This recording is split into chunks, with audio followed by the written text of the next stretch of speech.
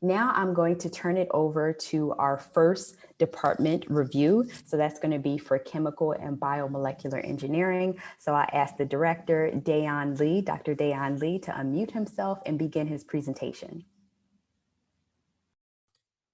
All right, thank you, Christina. Hello, everybody. I hope everyone is staying safe. I wish you were all here in Philadelphia. I'd be handing out cheesesteak to everybody, but I guess I'll do that later when you actually come here. Christina, can you allow me to share my screen? Thank you. Yes, sorry about that. All right, you get a cheesesteak from me. All right. There we go. Hope you can see my screen. So as Christina just introduced me, I'm a professor in chemical and biomolecular engineering. My name is Daeyeon Lee, and I also am in charge of our graduate admission. So every year around Christmas time, this is when our application deadline closes. Okay, application window closes, and I get a big Christmas present in the forms of about 300 applications.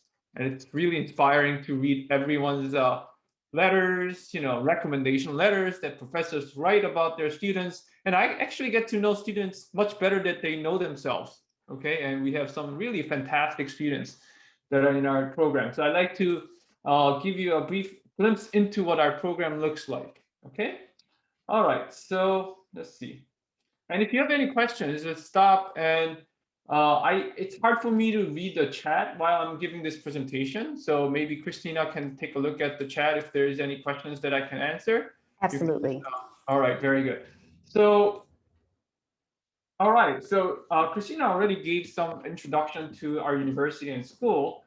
But one thing that I want to point out here is that, our university is very unique in that it's got about 20,000 students. It's a large university, but more than half of our university is graduate students. Okay, this is very unique, and it really sort of reflects the forward-looking aspect of our university and how we value graduate education.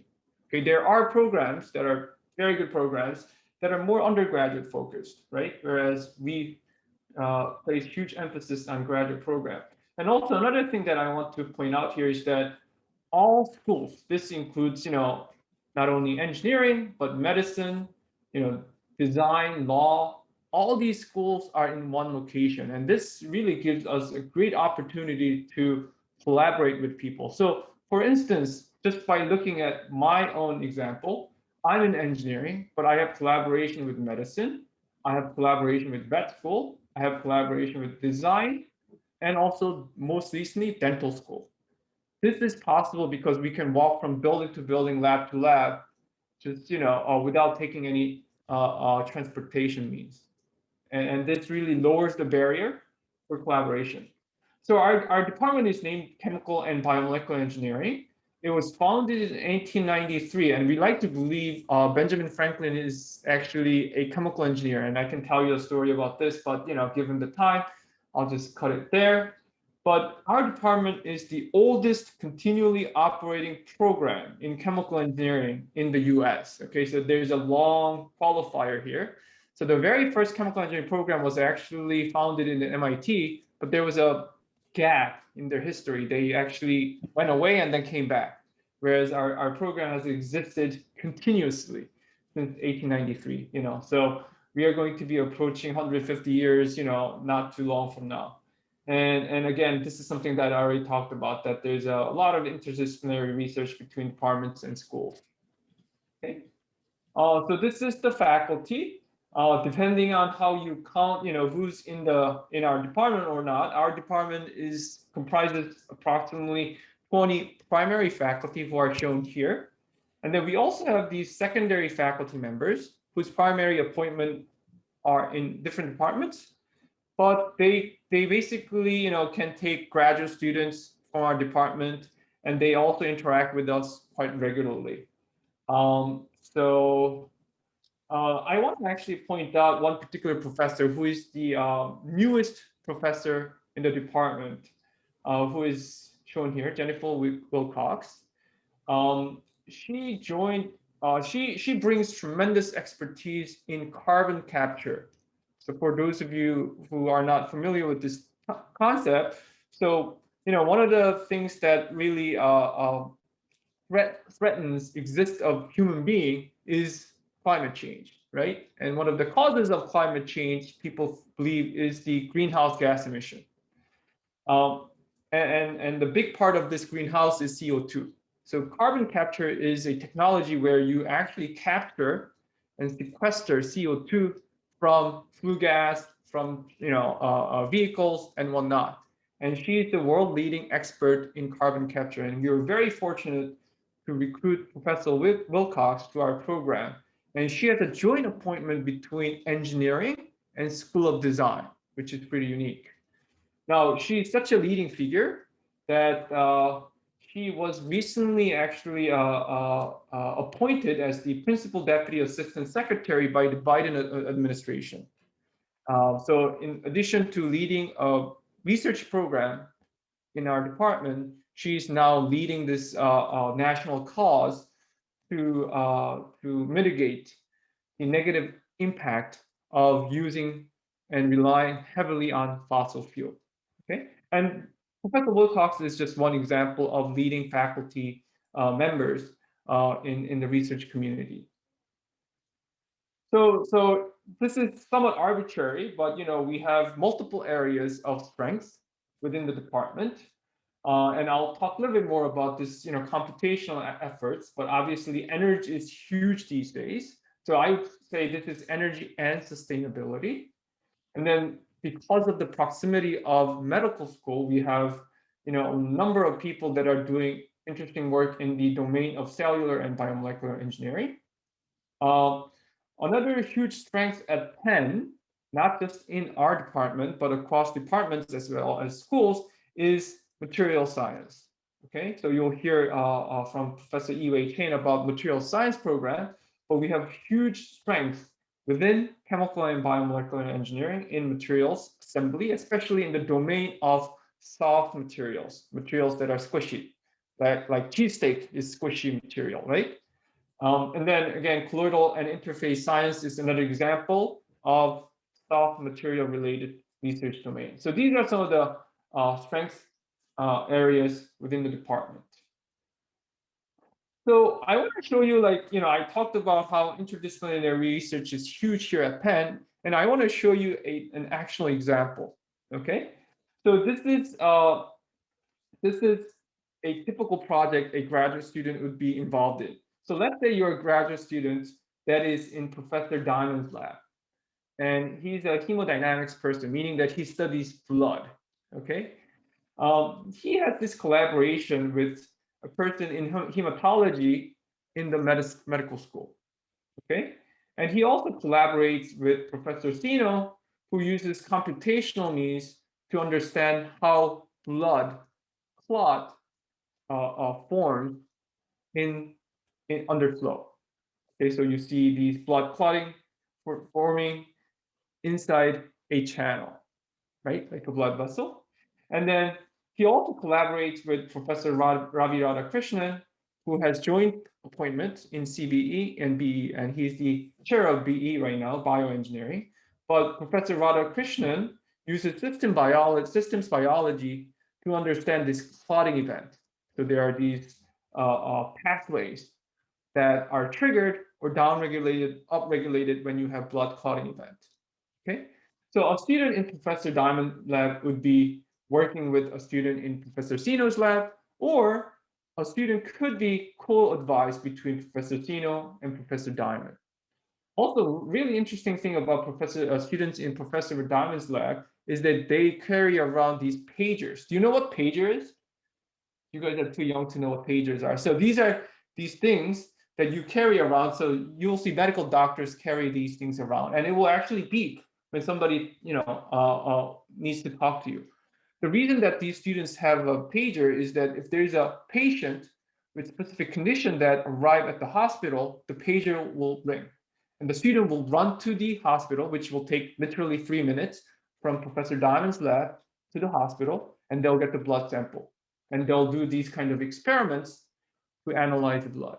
Okay, and this again is not possible in many places. This is possible because all these units and departments and laboratories are very nearby. Okay. All right, so what does our PhD program look like? Am I doing okay with time? Okay, I think so. So we currently have approximately 100 students. Okay, the department has actually grown quite a bit because only a few years ago, this number used to be 70. Right now, approximately 30% of our students' population is female, which I think is a decent number, but I think we have room to grow there, okay? And approximately 20% of our students are fellowship students. And again, this number continues to increase within the department. To get a PhD degree, you have to take 10 courses, 5 of which are core courses. You take most of approximately 5 to 7 courses in your first year. And then in your second and third year, as you know and learn more about your research, you take electives that are directly relevant to your PhD research. When you come in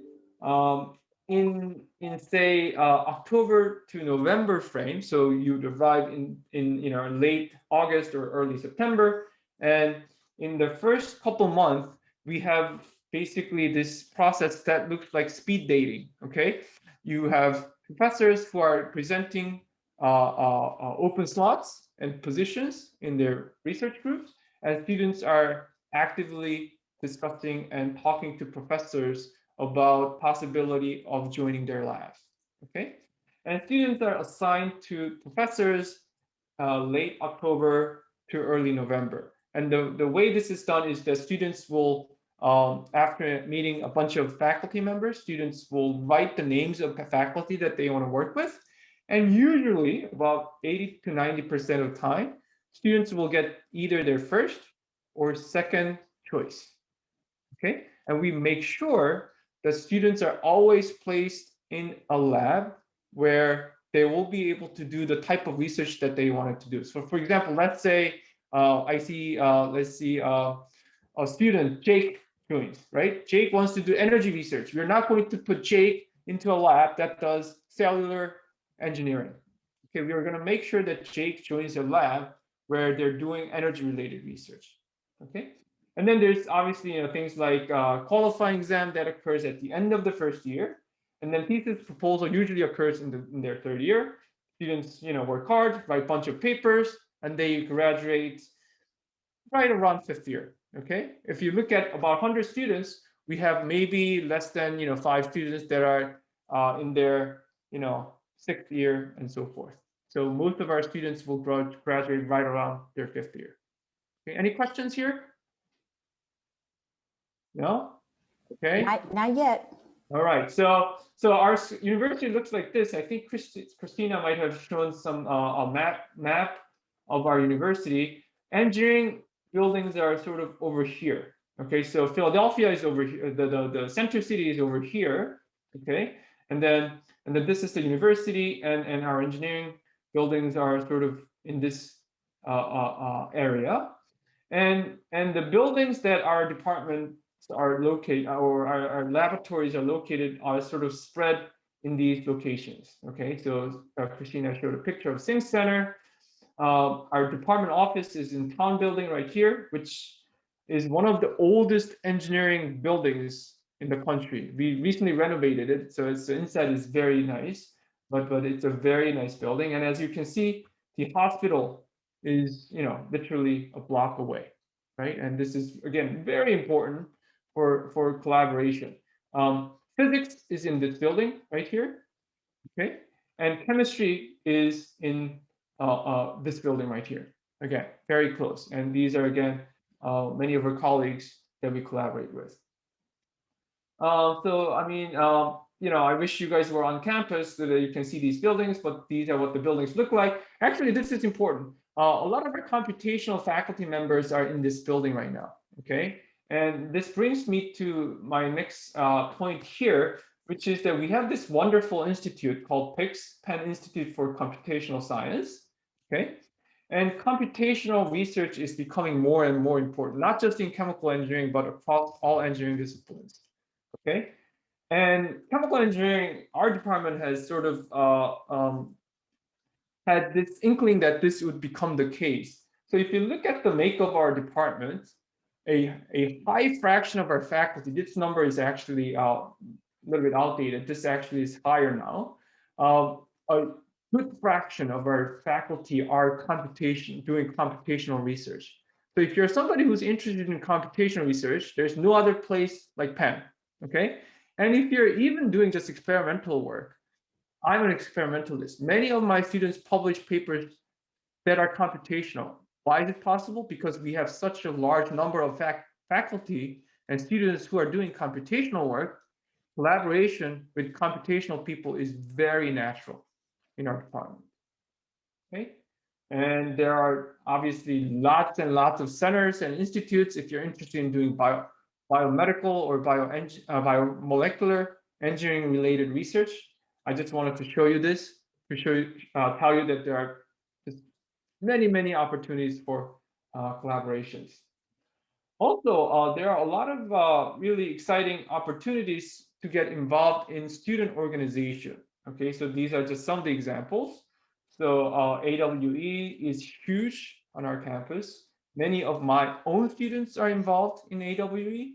And also, we have very active office of diversity and inclusion. And again, as you'll see, some of our students that will be participating in the student panel discussion a little bit later on are active participants and leaders of these groups. So with that, I think I'm going to stop there. I hope that wasn't too boring, and I hope that I get to meet and see many of you in person in the near future. Thank you, Dr. Lee. I do have two frequently asked questions that maybe you can take time to review now. The first one is, what qualities do you prioritize in applicants? So you talked about receiving hundreds of applications this season. And so what are you looking for both from your master's and your PhD applicants? Yeah, thanks for the great question. And in the end, coming to graduate school is really about exploring a problem that hasn't been answered by somebody else, right? So the thing that I'm looking for most, and this is why the evaluation is done holistically. A lot of times students ask me, well, what is the most important thing? And I don't have an answer. We are looking for problem solvers, okay? Problems where there's no answer and students are actively, figuring out ways to solve that problem. So we are looking for information in the application package, and I stress that word package. It could be the letters, it could be the essay that you write, it could be the transcript that says this person is a problem solver.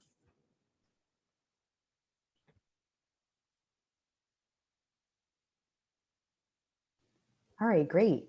And I guess the second question is, when you do admit students, how do you match them to advisors, both at the master's level and the PhD level? Yeah, so for PhD level, like I said, we have this speed dating process. So what happens is during the first, say, 6 weeks or so, each faculty member will give 30-minute presentation describing the projects that are available in their lab. Okay, and then what happens is students will be actively meeting with the faculty as well as students in their labs. So in that 6-week period, you'd be meeting with perhaps anywhere between 5 to 8 faculty members as well as their students. And then you start to get some sense of what it would be like working on a project and joining a particular lab. And by this time you'll be sort of coming up with your own ideas and philosophy about, okay, I want to work on this project and this professor. And like I was saying, in October, we ask students to fill out a form with their preferences. And then we basically do our best to match our students with their first or second choices. For master's students, the process is a little different. So master's students are typically brought in and they're taking courses. And a lot of times what happens is master's students will reach out to faculty, and master's students are also invited to participate in these presentations where faculty are introducing their research. So master's students will have opportunity to reach out to faculty and to see if there are projects that are available. I've always had 2 or 3 master's students that have joined my group to do research. Some of them have published papers. Many of them have gone on to join PhD programs, and a good number of them have also gone on to industry to find good positions. Thank you, Dr. Lee. And then we got a question from the audience. From Mario says, does chemical engineering PhD program offer lab rotations? We do not have a lab rotation program right now. This is something that we've discussed, but we do not have lab rotation program. All right, great. Thank you. I see another question as well. What sort of funding, TA-ships, financial aid does the CBE department offer its PhD students? Okay. I'll let you answer this one. Sure. Every PhD student who joins our department will have funding. Okay. And the funding comes in different forms, but they're all supported. And then some of our students will have their own fellowships, and there are also fellowship opportunities that are provided from the school as well as the university. And then our students are required to do TA for 2 semesters, and this usually happens in their 2nd or 3rd year. All right, I'll take one more question before we move on to the next department overview. But the last question is, what is the estimate rate of master's students involved in research with professors? So a typical professor will have anywhere from 0 to, I'd say, 3 or 4 master's students in their lab. I typically have 1 or 2 in my lab. So, there are about 20 professors in the department, right? So I'd say there could be anywhere from 30 to 50 master's students that are doing some kind of research. Thank you so much, Dr. Lee. And now we'll move on to hear from our Material Science and Engineering Department led by I-Wei Chen, Dr. I-Wei Chen. You can unmute yourself and start your presentation. All right, may I use the share screen? Absolutely. Okay. Hi.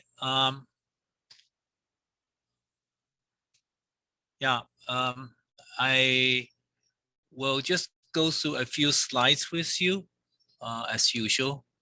And I'm representing the Department of Material Science and Engineering, and just show you where we are.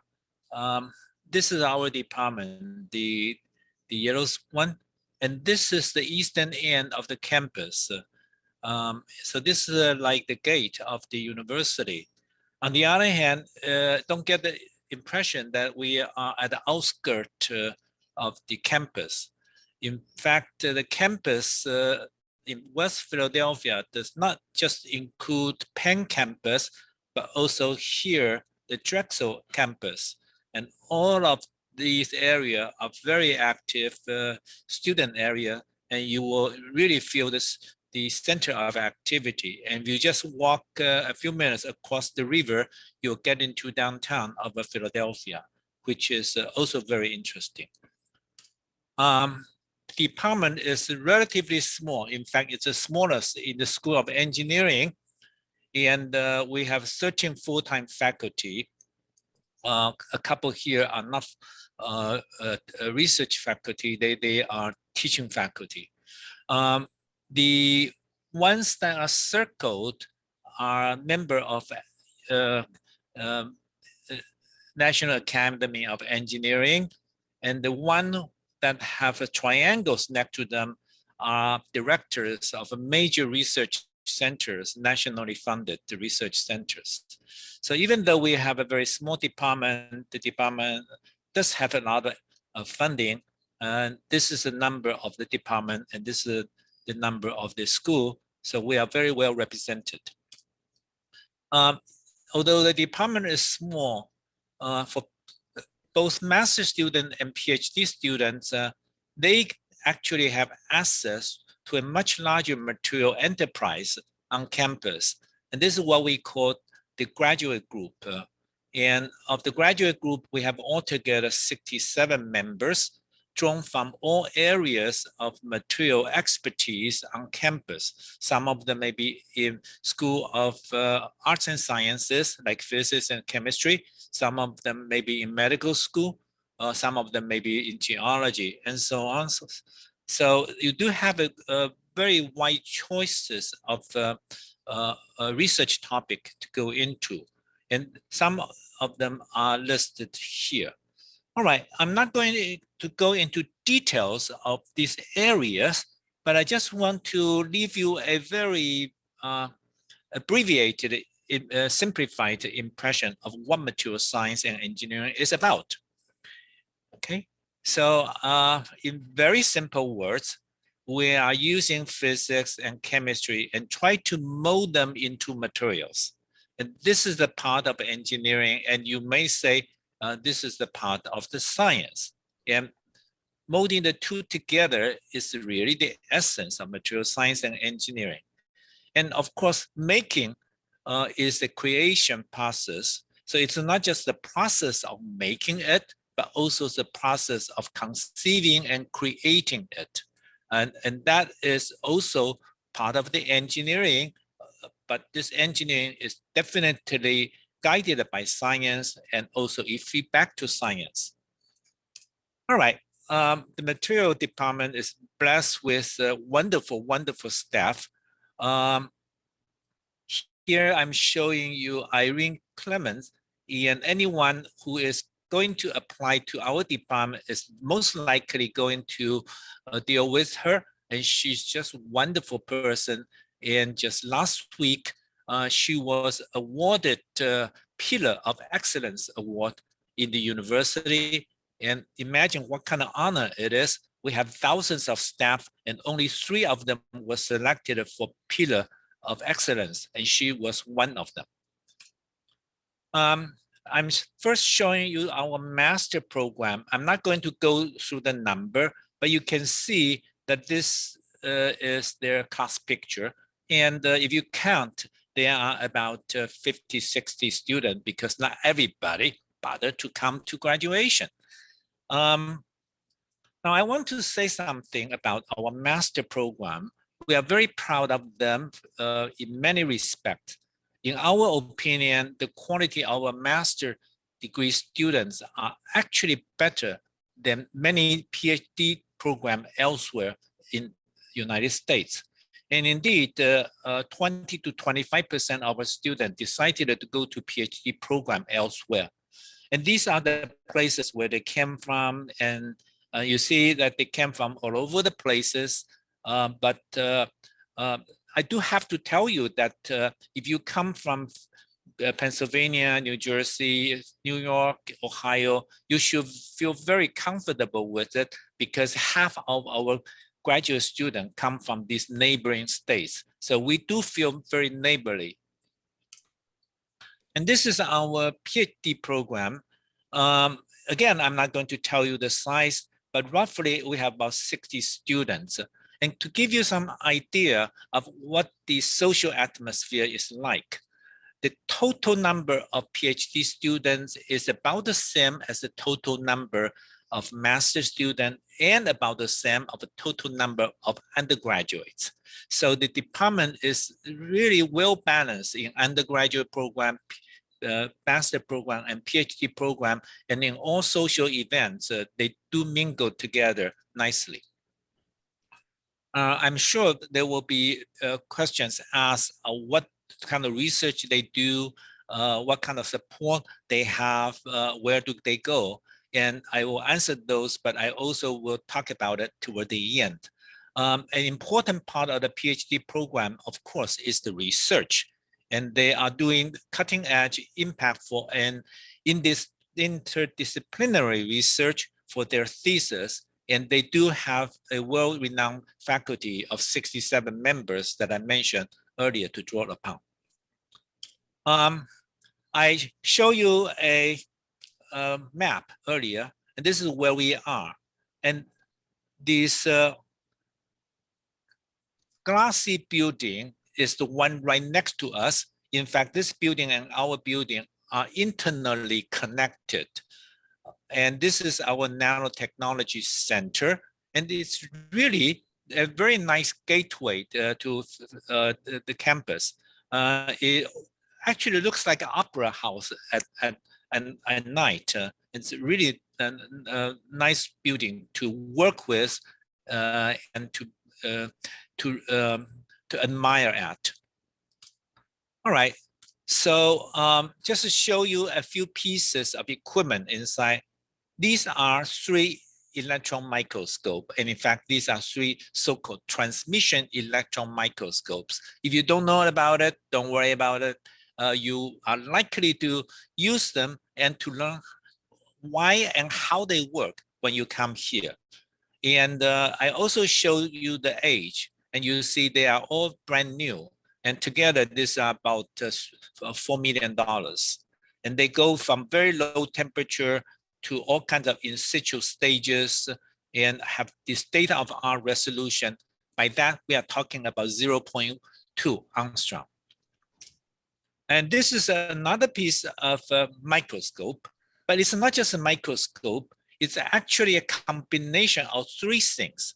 It is FIB, that's focused ion beam machine. What is it? Well, focused ion beam is like a small tool which allows you to carve out things and at the same time use it as a pair of tweezers to take things out. How small are the things? They are about tens of micron in size and a few micron in thickness. That's the kind of size. So it's a micro tool, all right? Better than surgeons, okay? In comparison, surgeons' tool are really like a plumber's tool, and we are like a watchmaker's tool. And the other thing it does is the time of a flight SIMS. SIMS means second ion second ion microanalyses. So it uses accelerated ion to again take material off from material, and we can measure the energy of the ion using how long does it take for it to get from one place to the other. That's called time of a flight. And this one, know that, is winter 2020. And this is also an expensive machine. Here is another one, which is an X-ray scattering facility, and that is 2018. And here comes something a lot cheaper, but also quite recent, 2019. It is another machine that's commonly used. It's called X-ray diffraction, all right? So you may have heard of it. And lastly, it's a very handy machine. It's not expensive at all. And you actually can probably can carry it because it's a tabletop microscope, but it's very convenient to use. You just open it up, pump it for 30 seconds, and you can begin to take a very nice picture. It's especially useful to examine larger object to find out why it breaks, why it works, and things like that. And we use that for teaching all the time. All right. Many of you perhaps are interested in our Master of Engineering program. And this is a 2-year program. And there are actually 3 ways to get the degree. Some students actually receive the degree much faster. For example, we had one student which was admitted in January to 2020, and he graduated in December 2020. And that's because we had COVID, and he didn't have a chance to do research in person. And also we had expanded the roster in the summer, so he was able to take all the courses in 3 semesters, and then he just graduated. All right, so the first route to get a degree is to take 10 graduate courses. All right, that was the case I just mentioned, who got his degree in 12 months. And the second route is take 8 courses and do 2 independent studies.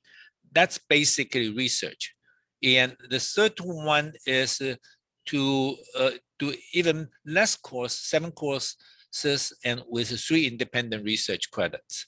Plus, but in this case, in order to take 3, you have to write a thesis. There's a physical thesis to write. To support this master research, we have all these 67 professors that can sponsor students. But in addition, we gave out a Master Scholar Award, each with $5,000, which can go toward materials, services, for example, the time spent on electron microscope and so on and so forth. And we are very happy with their results because every year the School of Engineering had a competition of master student research. Every year that I can remember in the last 5 years, we basically received all the awards. MSc students received all the master research awards in the last few years. And this is a quick rundown of all the courses the master student can take. And essentially, they are also the same the PhD student can take. Of course, in addition to these courses in science and engineering, some students decide to take courses in business, in law, in data science, and so on and so forth. For PhD, let me just quickly go over it in a couple of slides. The important thing to know is that there are so-called milestones. And PhD usually has 3 milestones. The first one is called qualifying exam, and the second one is called candidacy, and the third one is thesis defense.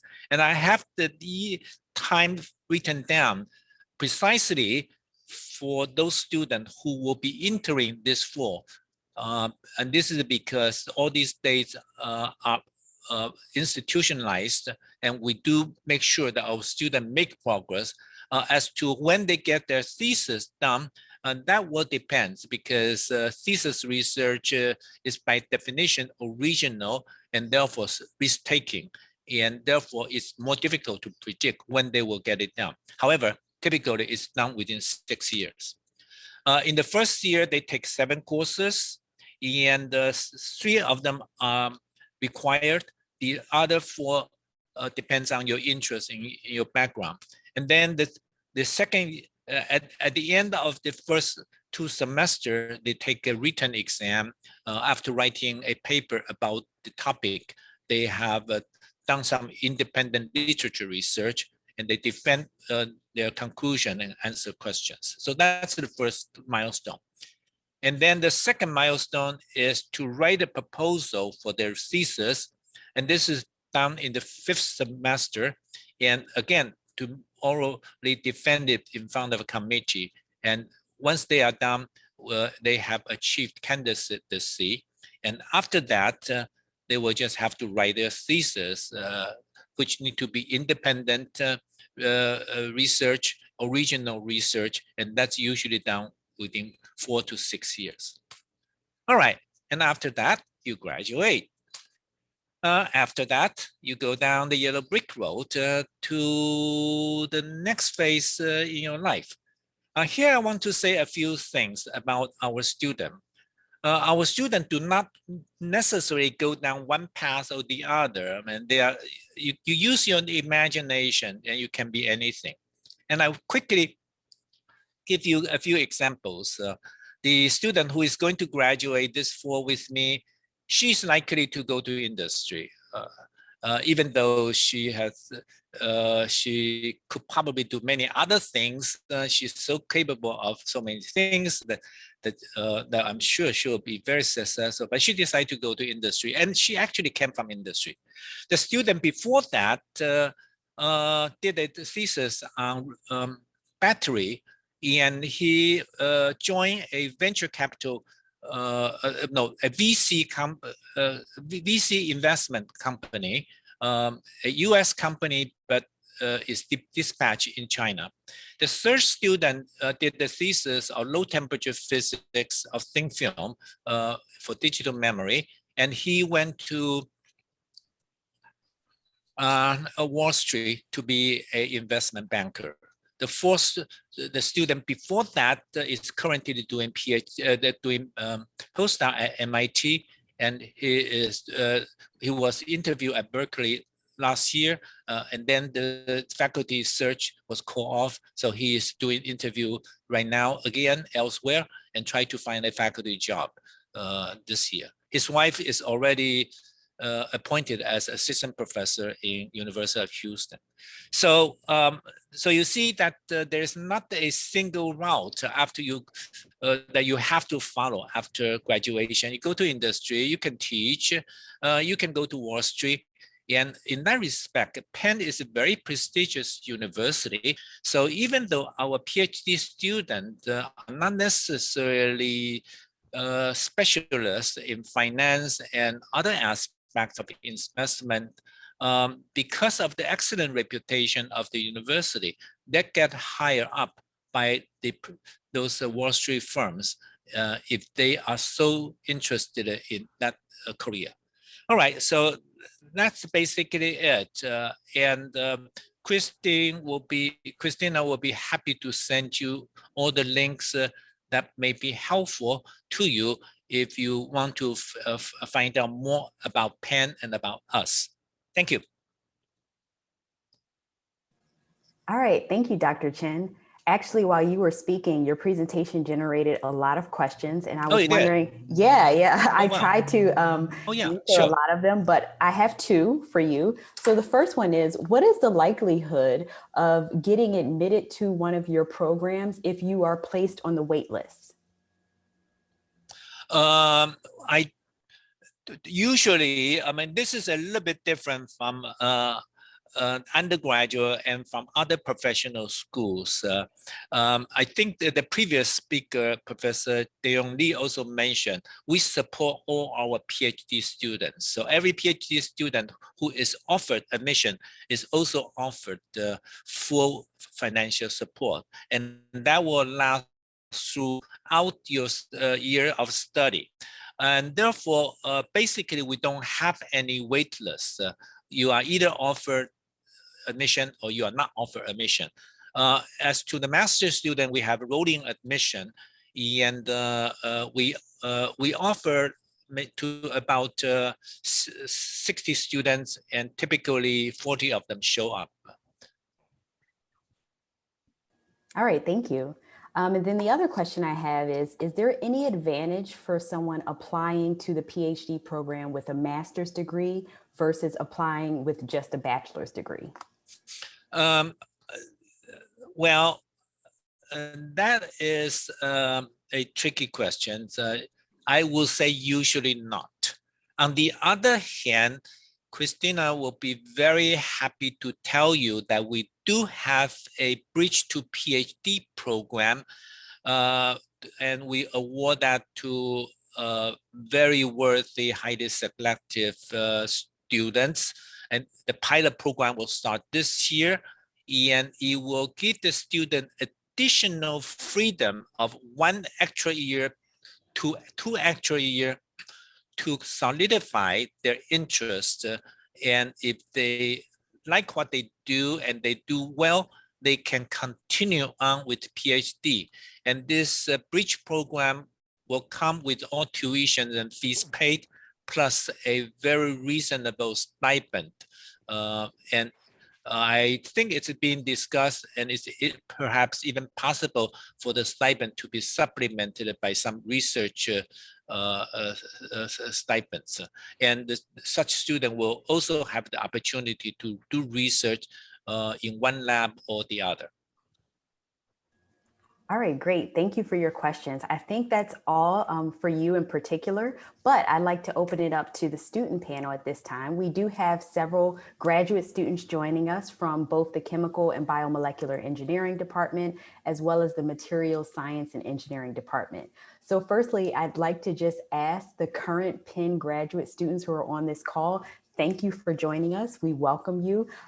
Your presence always makes a difference in these webinars. So I'd like you to just one by one unmute yourself, tell us your name, also tell us which program you're in, whether it's master's and PhD, in which department, and then perhaps tell us where you're learning at this point.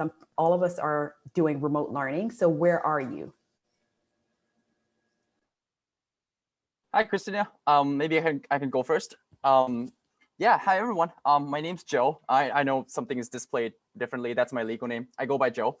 But yeah, I'm a PhD student currently in my 3rd year in chemical and biomolecular engineering. My advisor is Dr. Daeyeon Lee, and as you can see, I'm in my lab office right now, so I'm in Philly. Yeah, good to see y'all. I guess I can go as well. Can everyone hear me? Yes, I can hear you. Hi, my name's Luke Johnson. I'm a 5th year in chemical engineering. I work for Alexander Voivodich, doing work on computational modeling of 2D materials for energy and catalyst applications. Sorry, just seeing the panel questions. I'm from the Bahamas, currently mainly doing work from home.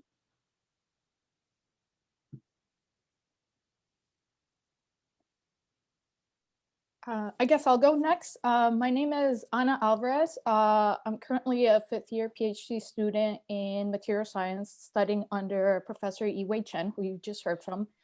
I'm originally from Chicago, and currently I'm going into lab as well, so I'm studying from Philly.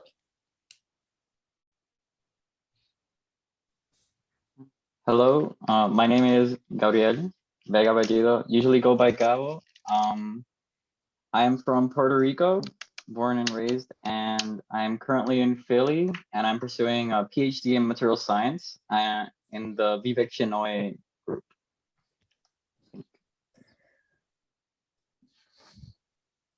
Hi guys, I'm Leah Duque. I'm a 1st year master's student in material science and engineering. I'm currently learning from Maryland, and that's also where I was born and raised, but I did my undergrad in Boston and worked before starting my grad program.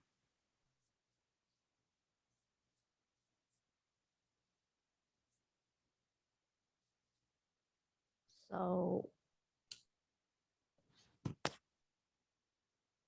okay, I guess I'll go. Hi, my name is Julian. I'm a 4th year in chemical engineering. I work for Ray Gordy and John Vose. I'm from Maryland, and I'm here in Philly now doing experimental work. So I go to lab every day pretty much.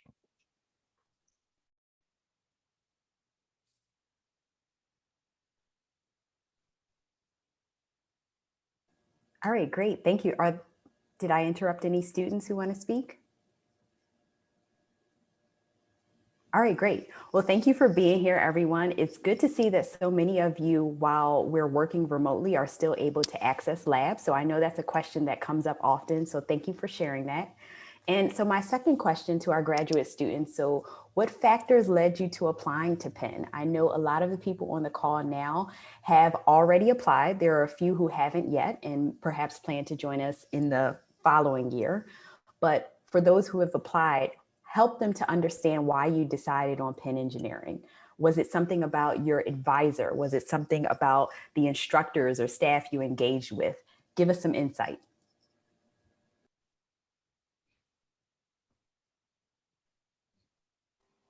Okay, I can go first. Yeah. So I applied to Penn because so when I was in my undergrad lab, one of the graduate students that trained me did a master's at Penn, and was recommending me to apply to Penn Engineering as a result. And so as I was browsing through the chemical engineering program, I found Daeyeon, and I was very intrigued by his work. And then when I came to the visit weekend, I got a chance to talk with him. Actually, no, I met him some time before that at a regional conference. But anyway, yeah. So my primary reason for picking Penn was because I really wanted to work with Daeyeon. And when at the recruitment weekend, I also was very impressed with how friendly every graduate student that I interacted was. And yeah, I thought it was going to be a great place to learn, but also spend time as a person. Wow, that's a question I haven't thought about in a very long time. When I was applying for PhD programs, my advisor technically hadn't started her assistant professorship at the time, so I was kind of jumping into things pretty much in the open end. So I think something that I was really looking for was a cordial graduate student environment. I wanted to see how not just how the students interacted, but also how the faculty interacted amongst themselves. And people really seemed to enjoy living here. I also felt that there were several professors in the chemical engineering department that I would have a good fit with. And so the way it works in chemical engineering is you are placed in through advisor selection once you've been in the department for the first 2-3 months. And so I figured, well, this will give me the opportunity to get to learn more about professors and really take the time to weigh in on such an important decision that I would have to engage in with for the next 5 years.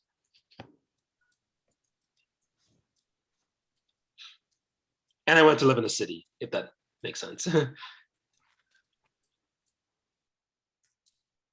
I can also add here. So my main reason for applying to Penn was that I had a research experience in 2018 in like the summer, where I worked for the lab that I'm currently in for like 2 months. And it was like, I really, really enjoyed the research. I really liked the people I worked with. I really liked my advisor.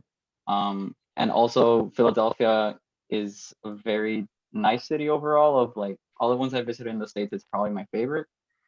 So for me, like the two main factors regarding the grad school decision is your advisor and the place you're gonna be in.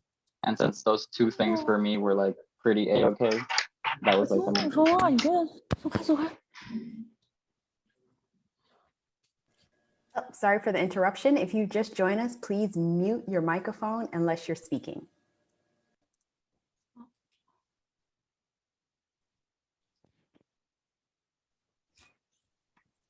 So yeah, for me, one of the factors, like in chemical engineering, you do not decide on your advisor beforehand. So for me, I was very interested in working with ceramic materials, and Penn offered several professors that were working in that realm. So I decided to apply for Penn. I also very much like the idea of interdisciplinary work. You have several different schools in a nearby area, School of Medicine, if you're interested in more in biology, several engineering departments close by. So I like the idea of working with other collaborators if that, while at Penn, if that opportunity arose.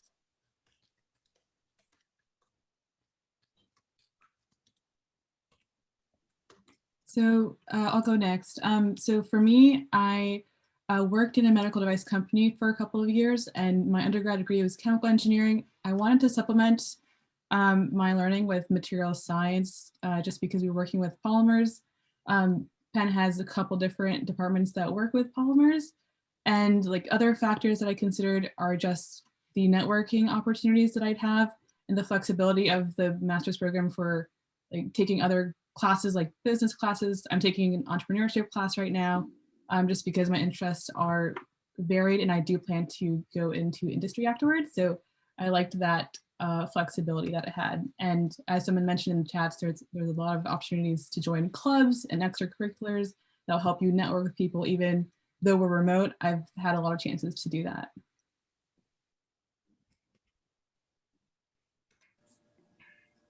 Thank you all for your candidacy. I do have 2 questions that came from the chat that I promised people I would pose. So I'm going to go off of the regular schedule a little bit. One question came in the form of, how do you balance the requirements of coursework and research? And then also with that, you guys already saw, what is it that you do for fun? So if some people can speak to those 2 questions, that would be helpful. Sure, I'll take over this point. Hi, so I'm Julian.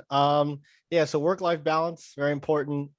Class and research, very important. So in chemical engineering, your first semester is just courses, and that's when they kind of do like the advisor selection. So you're not really in the lab. And then like second semester is when you'll like get in the labs, then you can start doing research then. In terms of like balancing, like, so wait, it was work life and then research and classes, right? Okay. So, I mean, for PhD, I mean, you're here for research. Exactly. That's your main thing. But the coursework is really to make sure that you get like the fundamentals down. So your first year, you should really be focusing on coursework and doing well in your classes and understanding material while just getting your feet wet in research.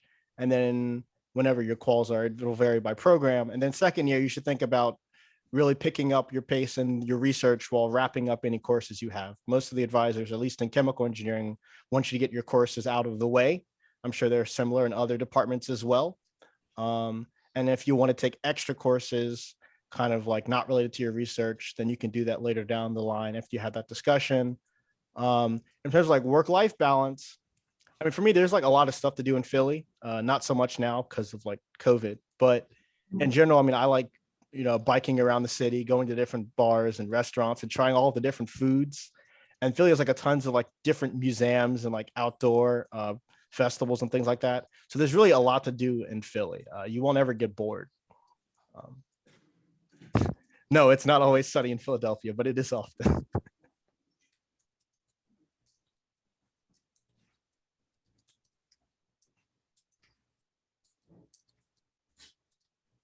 Yeah, I can. I don't know if everyone's seen the chat, but I did post something in regards to the latter part of the question you asked, Christina, which is as far as like things to do. I mean, like as Julian mentioned earlier, there are many things to do in Philadelphia. So it's a matter of making sure you're not as distracted when it comes to getting your research task done. I think that for me personally, I know a lot of students maybe share the same sentiment. Involvement in student leadership and other student organizations is a great way to meet new people and to distract yourself from the research. So Joe and I, both students in chemical engineering, we're presidents of the Penn Graduate Student Engineering Group. Joe's the president, I'm the vice president, and mainly we coordinate social programming for the entire engineering school. And through that, we've met many great people, not just in engineering, but also across different schools, like and throughout the entire university. A group that I was involved in, there was another way that I met a lot of people.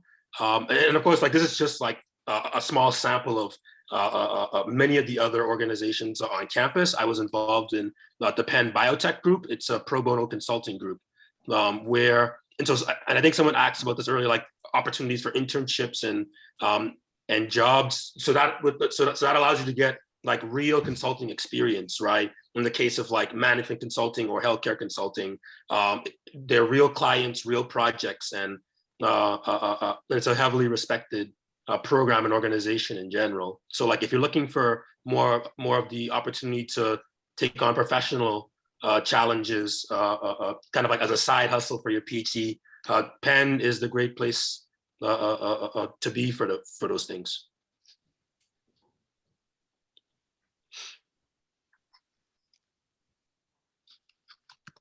Just a note, because of time, there are so many questions, which I love that you guys are engaging. I'm going to ask the students, if you see any questions that you think you can answer, please respond in the chat, because people definitely want to hear from you.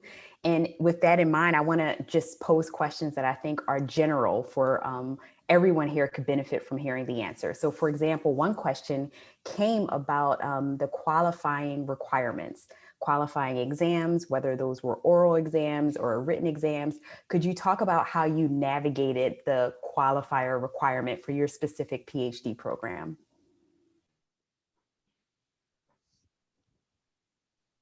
Yeah, for sure. So in terms of CBE students here, I guess I'm the most junior. Julian and Luke are closer to graduation than I am. So quals is a little bit, of a more recent experience for me. And yeah, so, in CBE, we do our qualifiers at the end of the first year.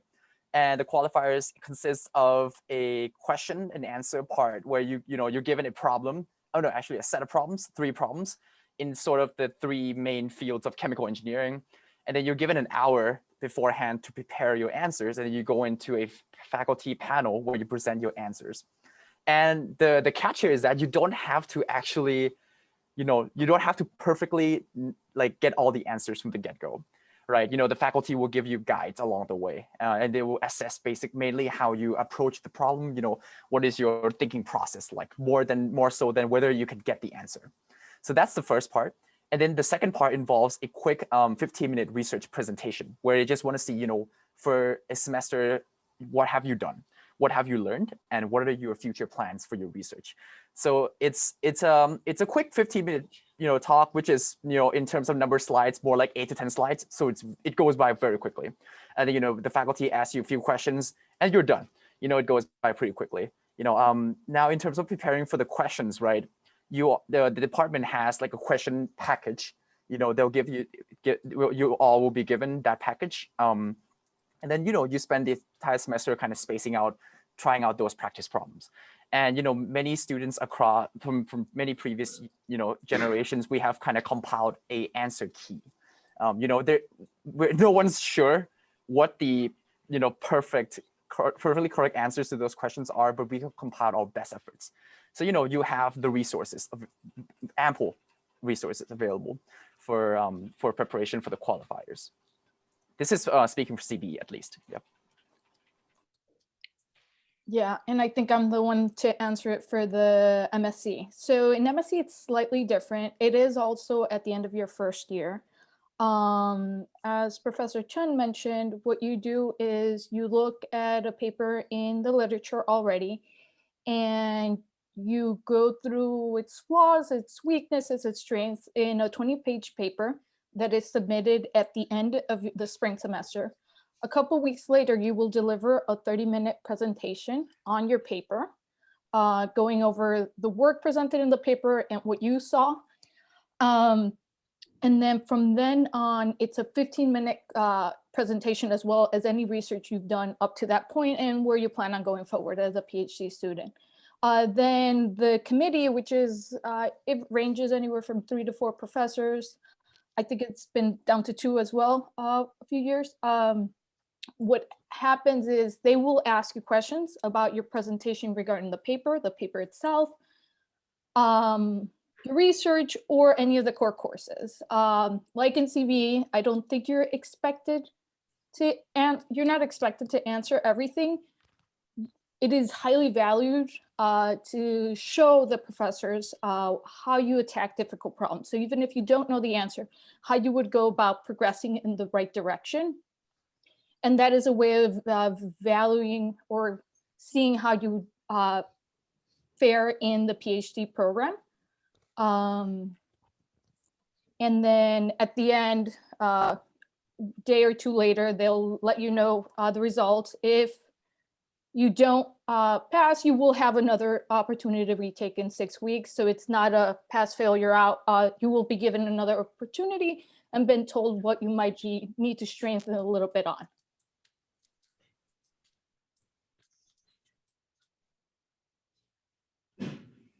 This is great. Thank you. As current students, I'm really impressed with your responsiveness, both in the chat and in this conversation. I also had another question that is about transitioning. So if you're coming just from a bachelor's program and you're entering either the master's or PhD, could you think about your first year in your graduate program and what resources at Penn, or what did you find was most useful for you transitioning from the requirements of an undergrad to a graduate student?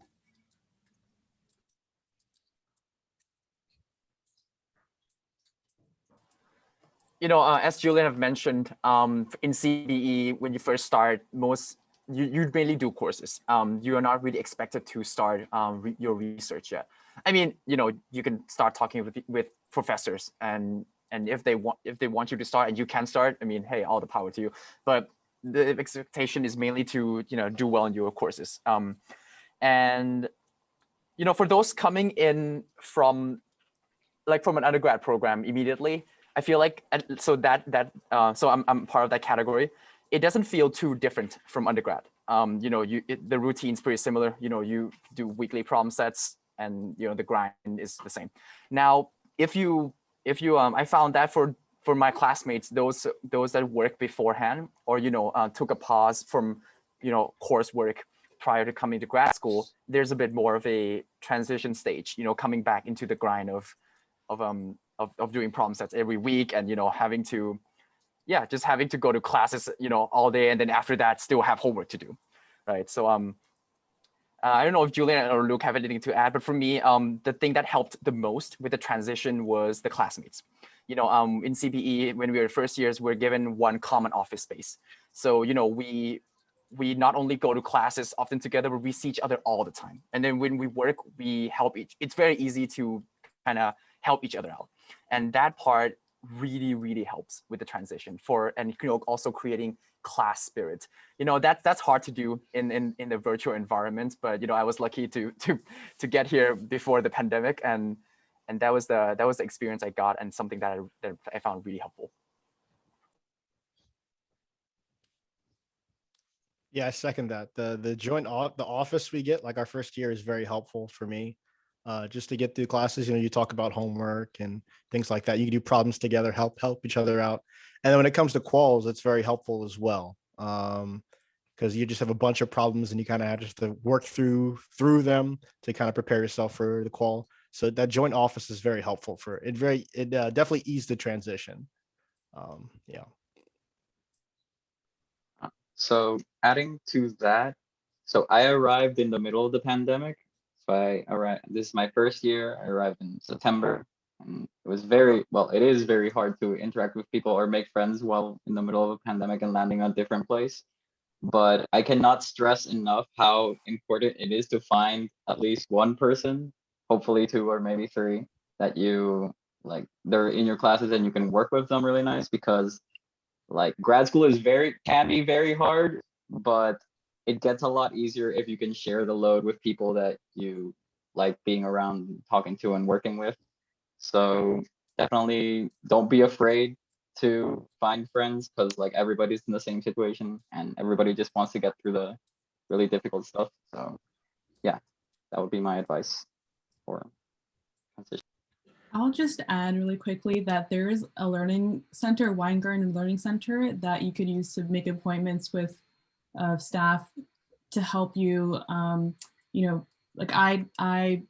hadn't been in school for 3 years before I started, so I made an appointment within my first 2 weeks to just go over what I thought were my weaknesses, and they just kind of give advice about studying habits for different types of classes. And also, everyone else mentioned, study groups. I just purely been remote, so we've just made study groups over Zoom meetings and Slack, and that's been super helpful, especially for making friends and whatnot. So I hope that addresses the question.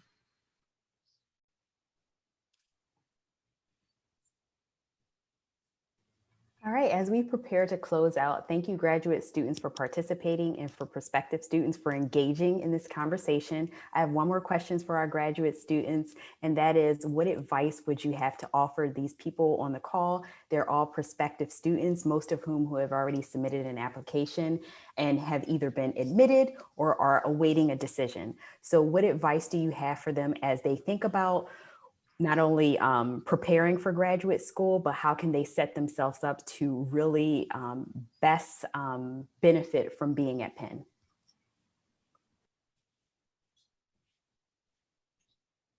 Yeah, I can start with this question. Yeah, the only thing I would say is, coming to Penn, entering a PhD program in general, you're not as aware of what comes with it, right? The time commitments, the mental sacrifices, but it's a matter of understanding that there are other people going through it. So I think that's something that that I've learned as I've gone through this process is to connect with people, find a school, find a program where you think you would mesh in well with other graduate students. I guess maybe I'm different in this opinion, but I think that yes, the thing you want to study for your research matters a lot, but it's about having that general understanding with your advisor on what's expected of you and what you can commit to being in a specific lab, and how much time you're willing to put in order to get those tasks done. But overall, the process is great.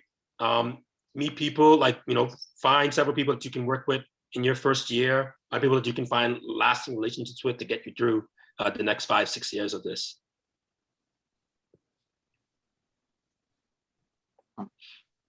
One piece of advice that I think is very good for making any sort of decision regarding advisors: talk to the grad students and ask them if they're happy.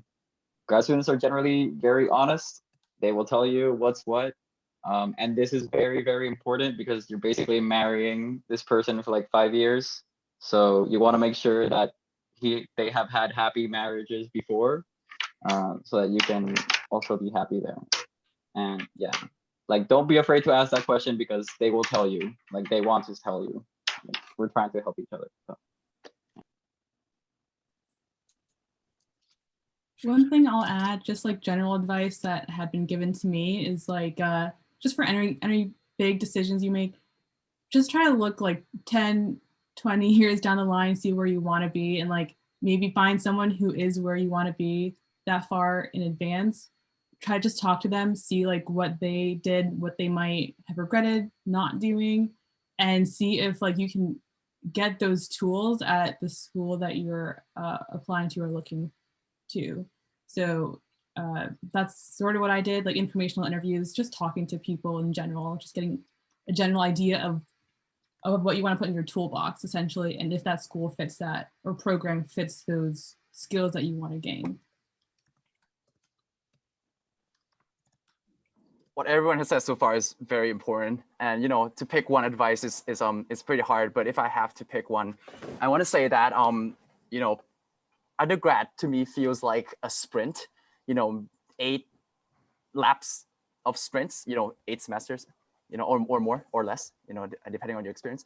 But grad school is more of a marathon, and what that means is that work-life balance becomes much more important. There are less structured breaks than undergrad, but the intensity day to day is less. But that means you really have to kind of give yourself structural time to yourself, and I mean, speaking ironically, since I'm still in lab, but work-life balance is really important and something that I'm still trying to figure out. But yeah, I want to leave that as my one advice for you all to really think about as you come into graduate school. Yeah, and to follow up on that as well, wherever you decide to go, I can definitely speak about Penn resources, but take advantage of the resources, right? I think it takes a lot of us time to realize that everyone struggles through this. As Joe said, it's a marathon, right? And a lot of the times we think we're alone in this, but Penn has a lot of resources. Having a group of friends that you can turn to, if none of them know or you don't feel comfortable talking to them, reach out to other people. There are people that will always help, or if they don't know, they will point you in the right direction. I'm assuming that this goes for any school, but I can definitely speak about Penn's.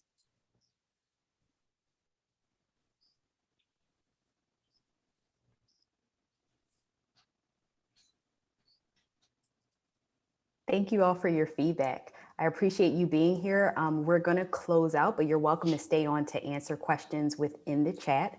I just have a few items that I want to go over with people. Please stay connected with graduate admissions.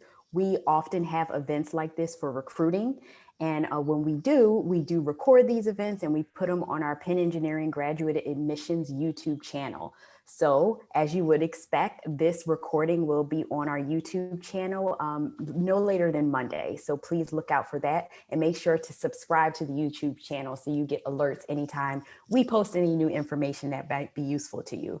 So at this point that the graduate applications are closed for the 2 programs we highlighted today. However, if you'd like to get some more information, you can use this link here by going to our graduate admissions page where you can just learn more. If you still have questions, you can also be connected with perhaps a student, a current graduate student, as well as staff within the department that interests you.